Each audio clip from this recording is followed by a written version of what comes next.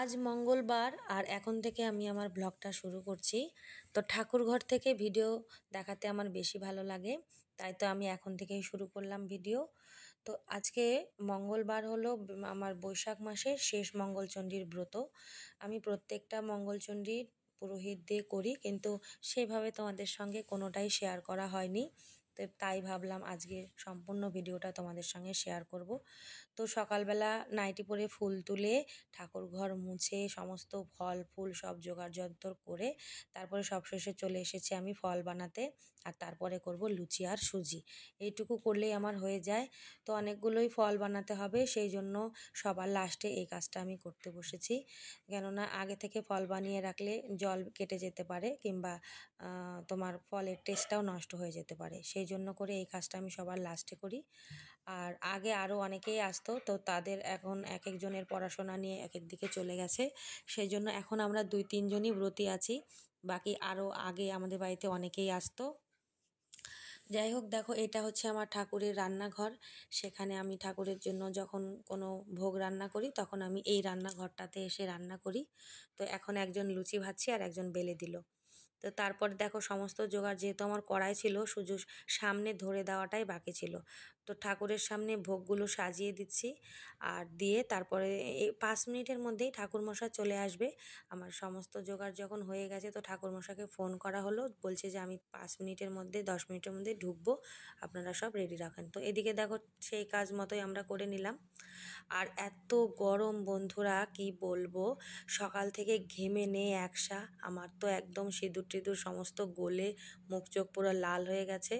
তো তাও আমি শাড়ি পরেই করছি, এতক্ষণ নাইটি পরে অনেক কাজই সেরে নিয়েছিলাম, তো তারপরে আবার শাড়ি পরলাম। তো এখন আমি প্রথমে একটু ধূপ আর প্রদীপটা জ্বেলে দিই, যেহেতু বললো যে ঠাকুর এক্ষুনি ঢুকে যাবে। তো মায়ের সামনে যে যে জোগাড় সেগুলো আগে করে দিয়ে তারপর লাস্টে আমি প্রদীপটা জ্বালিয়ে দিলাম। কেন ফ্যান এতক্ষণ চলছিল, এখন আর ফ্যানটা চালাবো না। তো তারপরে আজকে আবার আমাদের পুজোর শেষ দিন বলে অনেকেই ভাত খায় না, তো আমাদের বাড়িতেও তো ভাত খাওয়া হয় না। তো তাই জন্য আবার দুপুরে রান্নাবান্না করতে হবে।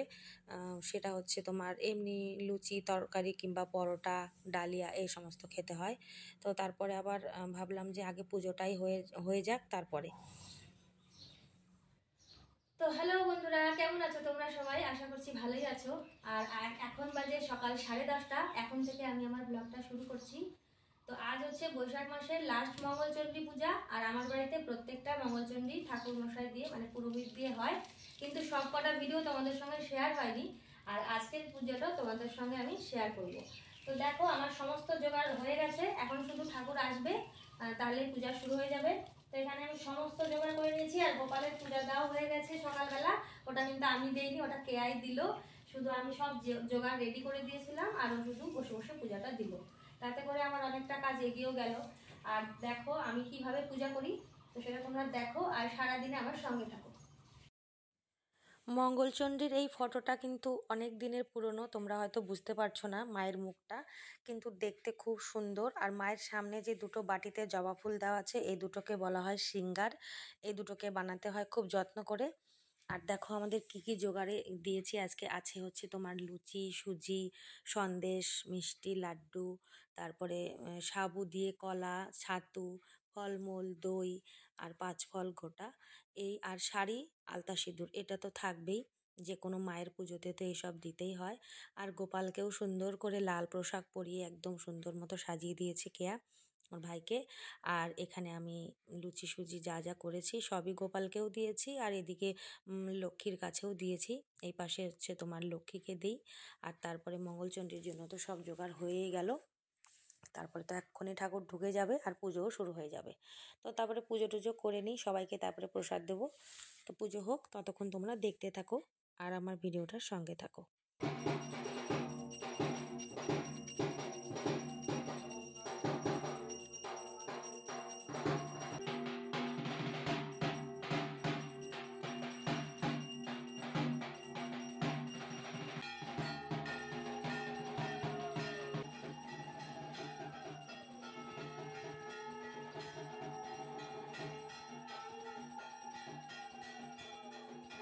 বিমল পত্রাঞ্জলি বৈ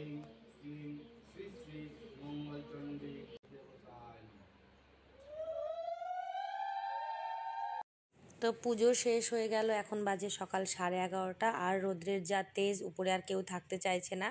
তো তাই জন্য করে তাড়াতাড়ি সবাইকে আমি প্রসাদগুলো বেড়ে দিচ্ছি। আমি সমস্ত বসে বসে প্রসাদ বাড়লাম, আর ওরা সবাইকে ধরে দিল। তারপরে খাওয়া দাওয়া করে টানা ঘুম দিলাম দুপুরবেলা, আর কোনো ভিডিও করতে পারিনি, শরীর প্রচণ্ড টায়ার্ড ছিল। তো তারপরে সোজা চলে আসলাম রাত্রে, আর রাত্রেতে কিচ্ছুই তেমন করতে হবে না, দুপুরে সবই আছে। করেছিলাম দুপুরবেলা ডালিয়া, তো সেই সব আর তোমাদের সঙ্গে শেয়ার হয়নি। এখানে এখন আমি রাত্রে দুধ জাল দিচ্ছি, ওটা কালকে দই বসানো হবে, আর একদিকে হবে পরোটা। মানে ওটা দুপুরবেলারই আটা মাখাই ছিল পরোটার জন্য। এখন শুধু অল্প কয়েকটা রুটি করলাম আর কয়েকটা পরোটা করে নিলাম। সুজি, এটা দুপুরের ছিল, তো এটা এখন রুটির সাথে দিয়ে দেবো। আর এটা হচ্ছে ডালিয়াটা, এটা কিন্তু কেউ এখন খাবে না মনে হচ্ছে। আর এটা হচ্ছে পাঁচমিশালি সেই সবজি, তো এই খাওয়া দাওয়া হবে। তো বন্ধুরা, আজকে মঙ্গলচণ্ডী ছিল, তোমরা তো দেখেইছো। তো আমাদের মধ্যে মঙ্গলচণ্ডীর দিনে ভাত খায় না। তো আজকে আমাদের বাড়ির কেউই ভাত খেতে চায়নি, বলেছিল যে সবাই নাকি রুটি খাবে বা পরোটা খাবে, যেটা বানাবো। তো আমি দুপুরে বানিয়েছিলাম ডালিয়া, আর হচ্ছে এখানে করেছিলাম একটা পাঁচমিশালি সবজি। তো সেই সবই একটু একটু করে আছে, সবজিটা বেশিই আছে। আর আছে এখানে দুপুরের অল্প ডালিয়া, কিন্তু এটা মনে হচ্ছে এখন আর কেউ খাবে না।